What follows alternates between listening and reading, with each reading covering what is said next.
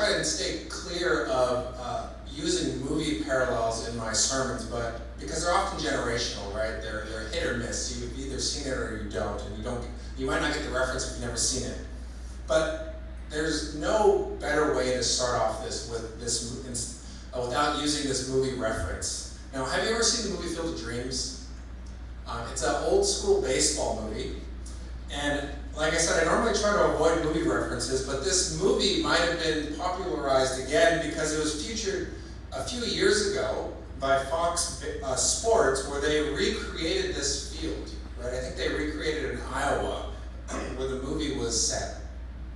And that production where, I think it was I forget who played, but I think it was the Yankees and another team, they played on a field that they had they put corn in the outfield, right, like the movie was. And that production, that production crew that put together this one-time game was actually, they actually won an Emmy for this production. And also fun is that my younger brother, he works for Fox Sports and was on that production team, and so my brother's won an Emmy, actually. He's won actually like 3 Emmys, I think it is. So it's now like a table weight in our house, which is kind of crazy to think in my parents' house. But here's the plot, if you've never seen it, right? If you haven't seen it, it's about a farmer who, he hears this voice from heaven kind of that says, if you build it, he will come. And he understands that to mean that if he plows his crops and he builds a baseball field in the middle of his cornfield, then this guy, this old school, long since passed away baseball player by the name of Shoeless Joe Jackson, is going to come back as a spirit, right? And so he begins to plow his crops and build his baseball field. And it's played by Kevin Costner. He's the main character. That to get this guy's ghost back to play, ghost baseball, he needs to plow his field. He has to have faith and build this baseball stadium. And so he builds this baseball stadium in the middle of his farm, and all these old school baseball players that have long since passed begin to come back and play baseball with one another. Now in the end, though, now I recommend you see this, but the plot twist is that he, when he hears this, isn't Shoeless Joe Jackson as he understood it. That he is actually Kevin Costner's father, who has long since passed. And that they end the movie by just having him play catch with the dad and his son. The only time I've ever seen my father cry was at the end of this movie. And when the son and his father are just playing catch.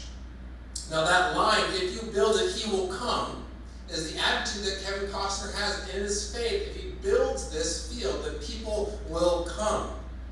Now that mentality has been the primary understanding of how we have approached building churches in the last 60 or so years. That if you build it, if you build a great church building, if you have a great worship service, if you have great ministries for people, if you have a nice church campus, if you just build that, then people will come. And you just have to have faith that that is the plan. Now this is called the attractional model of understanding church. That you build something and then you attract people to come. Maybe that attractional thing is the building itself, or the campus, or the ministry, or the preaching of the pastor, or whatever it is that we think is going to attract people to come to our church.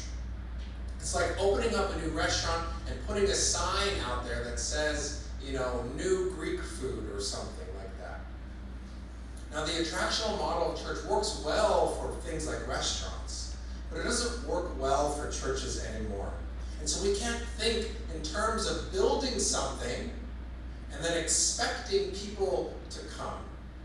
Because this has everything to do with the way that we understand and do church. Did you know that 80% of people find a church simply because they were invited by a friend? 80%.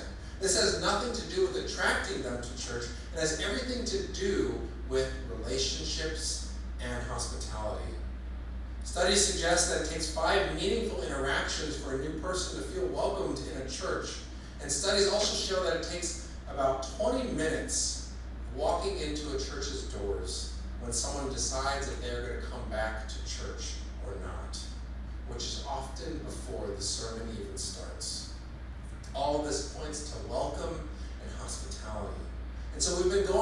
this sermon series titled Hand Prayers, where we're taking a look at our hands. What can our hands do? And so we're taking a look at our prayer over our hands today, is that our hands are hospitable. And so we're looking at how our hands could do things like wave hello, how it could be a friendly handshake, how it could be a comforting hug. And so we're going to look at our welcome and our hospitality. And so I invite you to follow along in our scripture. It'll be on the screen, and it'll also be in your bulletins. And it says this: "The Lord appeared to Abraham by the oaks of Mamre, as he sat at the entrance of his tent in the heat of the day. He looked up and saw 3 men standing near him. When he saw them, he ran from the tent entrance to meet them and bowed down to the ground. He said, 'My Lord, if I find favor with you, do not pass by your servant. Let a little water be brought, and wash your feet, and rest yourselves under the tree. Let me bring a little bread, that you may refresh yourselves, and after that you may pass on, since you have come to your servant.' So they said, 'Do as you have said.' And Abraham hastened into the tent to Sarah, and said, 'Make ready quickly 3 measures of choice flour, knead it, and make cakes.' Abraham ran to the herd and took a calf tender and good, and gave it to the servant, who hastened to prepare it. Then he took curds and milk and the calf that he had prepared, and set it before them. And he stood by them under the tree while they ate. And they said to him, 'Where is your wife Sarah?' And he said, 'There, in the tent.' Then one said, 'I will surely return to you in due season, and your wife Sarah shall have a son.' And Sarah was listening at the tent entrance behind him. Now Abraham and Sarah were old, advanced in age. It had ceased to be with Sarah after the manner of women." The word of God for the people of God. Thanks be to God. This is from Genesis 18, verses 1 through 11. Now, our English Bibles help us out a little bit, and so we need to actually pay attention to the way that it is structured. So the way that they note the word Lord in verse 1 is sometimes in our Bibles all capitalized. Every single letter is capitalized. The L, the O, the R, and the D. And so in verse 1, the author of Genesis is pointing that is referring to Yahweh, aka God. That God is appearing to Abraham. But also, Abraham doesn't know this. Abraham doesn't know that this is God. Instead, he sees 3 men approaching him. And he greets them by saying Lord. And this is lowercase in our Bibles. It's not because Abraham is calling the person God, but because Abraham is referring to him as an earthly Lord, right? As we might say, sir, or something like that. It's a sign of respect. And it's to distinguish the fact that one is referring to God and one is referring to a title that is given to people. Now, readers, we know that it is God. When we're reading this, we know that it's God, but Abraham doesn't know that it's God. At this point in Abraham's story, he's living in a sort of wilderness area. He's away from his country and his people because God had told him to leave his people and his land. And so he's living in the wilderness, and people that would pass through these wilderness areas are like, hikers, or not, they're not like hikers, but they're travelers going from town to town, city to city. And they'd have to rely on the kindness of strangers like Abraham to help provide for them as they tried to get to the next city for supplies. And so gestures such as giving them water and bread would be basically expected of these people in these wilderness areas. And that is what Abraham offers these strangers. He starts by saying he offers them the standard expectation. He offers them water, he offers them a little bit of bread, and he offers them a chance to rest. But immediately, though, he gets his entire household into action for these 3 strangers. He isn't going to just bring out water and bread. Instead, he offers the best of what he has. He goes and tells Sarah to take out the best flour that they have, to make the best cakes for them. He takes out curds and milk, which is often a sign of God's blessing. Milk is a sign of God's blessing. And then he takes the fatted calf and has it killed. It's like if we were to offer someone to come into our house and say, let's come to my house, let's have some bagels with cream cheese and coffee. And then we sit him down to Christmas dinner instead. That is what he does. And he does all of this without even knowing that it's God. And he does it to strangers, people who he doesn't know. In Genesis chapters 18 and 19, they have this very interesting theme that runs through it. It's the theme that righteous people, so people that do what God requires, that the righteous people of God are those who are hospitable, especially hospitable to strangers. Believe it or not, the next story is the infamous story of Sodom and Gomorrah, where God destroys the cities of Sodom and Gomorrah. But what that story shows is Lot, Abraham's nephew, is the only righteous person in all of those cities because he is hospitable to strangers. These are the same three people that come to Abraham end up being the strangers that go to Lot's home too. Abraham, who is righteous and faithful, is shown to be the most hospitable person in the book of Genesis. His hospitality and his welcome of these strangers, who are actually God, show that he is righteous and deserving of God's blessing. Because Abraham's righteousness results in God's blessing, which we kind of read a little bit in this story, that him and Sarah, even though they are old, that they are very old in their age, will be blessed with the son, that they will be the father and the mother of God's people. It is Abraham's faith and his righteousness that confirm and show that Abraham is worthy of receiving God's blessing. Even though Abraham does not know that he is welcoming God, he learns that later on. And being a righteous man, he prepares a feast to welcome these strangers and shows them hospitality beyond what is expected of him. One commentator says that Abraham, his household, and his home are all involved in the act of welcoming these people. He welcomes without knowing, responding with generosity and care before the divine identity is revealed. Do we welcome strangers to the same degree that Abraham welcomed these strangers? Do we show each person that comes through our door hospitality? Even though Abraham doesn't know who he is welcoming, the author of Genesis makes sure that we know that it is God who Abraham is welcoming. That the author of Genesis wants us to know that it is God who is coming to be with Abraham. So do we welcome and show hospitality to the people that come through those doors as if we are welcoming and encountering the divine? Welcome others as if we are welcoming God. I think that this is what the author of Genesis wants the readers to know. Treat each person that comes through our doors as if we are welcoming the divine presence into our midst. That means having to say hello. That means having to meet them. That means shaking their hand. That means serving them. It means getting to know them on a deeper level. You don't have to go and learn everything about them and have a heart-to-heart conversation about them, but just be personable and connect with them. Hebrews 13:2 says, "Do not neglect to show hospitality to strangers, for by doing so, some have entertained angels without knowing it." Treat each stranger that comes through our doors as if they are angels. I'm pretty sure that the author of Hebrews is looking at this story that we just read about Abraham. Our hands, our prayer over our hands, is a sign of our welcome and our hospitality. Whether it's a friendly hello or a shake of a hand, we want each and every person to know that they are welcomed here. That they are truly someone that we also want to get to know. This is a model of church that will always work.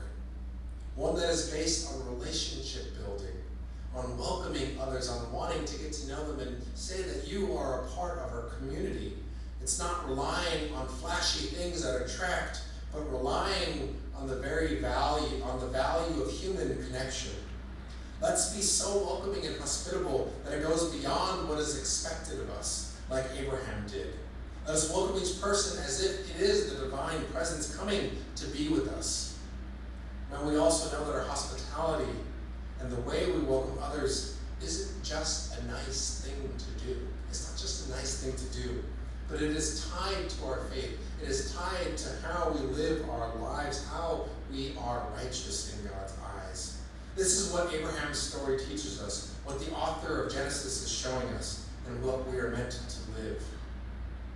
And I want to share two stories with you, one that is a bad example, and one that is a good example. And the person that shared the story with me, they weren't sharing it in a way to like shame another church. They were just sharing it because they were checking in. I know of a district superintendent. So the district superintendent is like my boss, right? They're a higher up. They're someone that when our district superintendent comes, we kind of roll out the red carpet a little bit, make sure that, if you're having a distinguished person into your home, we make sure that they know that they are welcomed, right? We kind of put on our best, so to speak. And so I know of a district superintendent in the United Methodist Church whose wife had to find a new church because they were being appointed to this new position. And so she was trying to find a new church in the United Methodist Church. And so she would basically, since he, as the district superintendent, would go to a different church every Sunday, he didn't have a set place to go, but his wife wanted a set place to go to church. And so she went to another United Methodist Church on her own. And she's like the most positive person I have ever met in my entire life. And so she shared that it was hard for her to start going to a new church and being in this new community. She started going to this church and was going there for a couple of months. And she had been going to that church, and she only knew one person in that whole church after months of going to this church. Only one person had taken the time to get to know her. Everyone else just simply didn't. She would just sit with that one person every single Sunday. No one else in that church decided to welcome her or to be hospitable to her. Now, if you're thinking, well, if they had known that she was the district superintendent's wife, right, their boss's wife, basically, now they would have been very different. But obviously, she didn't want them to know that about her. Right? She didn't go around advertising who her husband was. And they should have been welcoming of her regardless of who she was. About 15 years ago, this is a good story, I went on a self-retreat to Big Bear, and part of that retreat landed on a Sunday. And so I said, I'm going to go to church. And I just chose, I went to some brochure that had a list of churches in the area. I just pointed to a church. I think I closed my eyes and I just pointed to a church, and I just went to that church. Okay, that's how I chose this church. I don't remember anything really about the name of the church or anything about it, but I don't think it was tied to any denomination. It definitely wasn't a United Methodist Church. And I just went. And it happened to be a church that was meeting in a gymnasium, and they were just worshiping inside this, this basketball court, basically. And the sermon was good, and it was done by a guest speaker that was Native American, and I still remember his sermon, actually, because I think about a sermon anytime I encounter someone that's a Native person and Christianity. But the real thing that stood out about this church was after the service was over. I stayed after for a bit, and I really think that their pastor did a great job teaching them or instilling in them a sense of welcome, because every single person in that church came up to me and introduced themselves to me. Every single person. It was almost too much. There's a line with me. They knew that I didn't go to that church. It was very obvious, right? But every single person in that church came up and introduced themselves to me, including and especially the pastor. I don't remember what we talked about, but I do remember that they all genuinely wanted me to feel welcomed. People of all ages, it didn't matter what age they were, they all introduced themselves to me. They didn't make me feel welcome by showering me with gifts or, taking me out to lunch or anything like that. They just came and said, "Hi, my name is so-and-so, welcome to my church." And they said that they were happy that I was there. And they talked to me about whatever topic came up. Why was I there? Am I just visiting or not, or anything like that. I would go back to that church simply because of that. I don't remember anything else of the worship service other than the sermon. And I would go back to that church just simply because of the way that they welcomed me. There's no rocket science behind it. It was just simple. Make a stranger feel welcomed, and make sure to simply introduce yourself. Our mission statement that we have adopted in our church starts off by saying that we are an open door community. That is a statement of hospitality, that we are welcoming and open to everyone that comes through our doors. I believe that is a strength of ours. It is a strength of who we are, that we already do that good, but we are building upon that strength that we can continue to do and build up here in this church. So let us welcome each and every person that comes through those doors as a gift given to us by God. Let us welcome them as if we are welcoming Jesus himself into our midst each and every time, no matter who they are. Amen.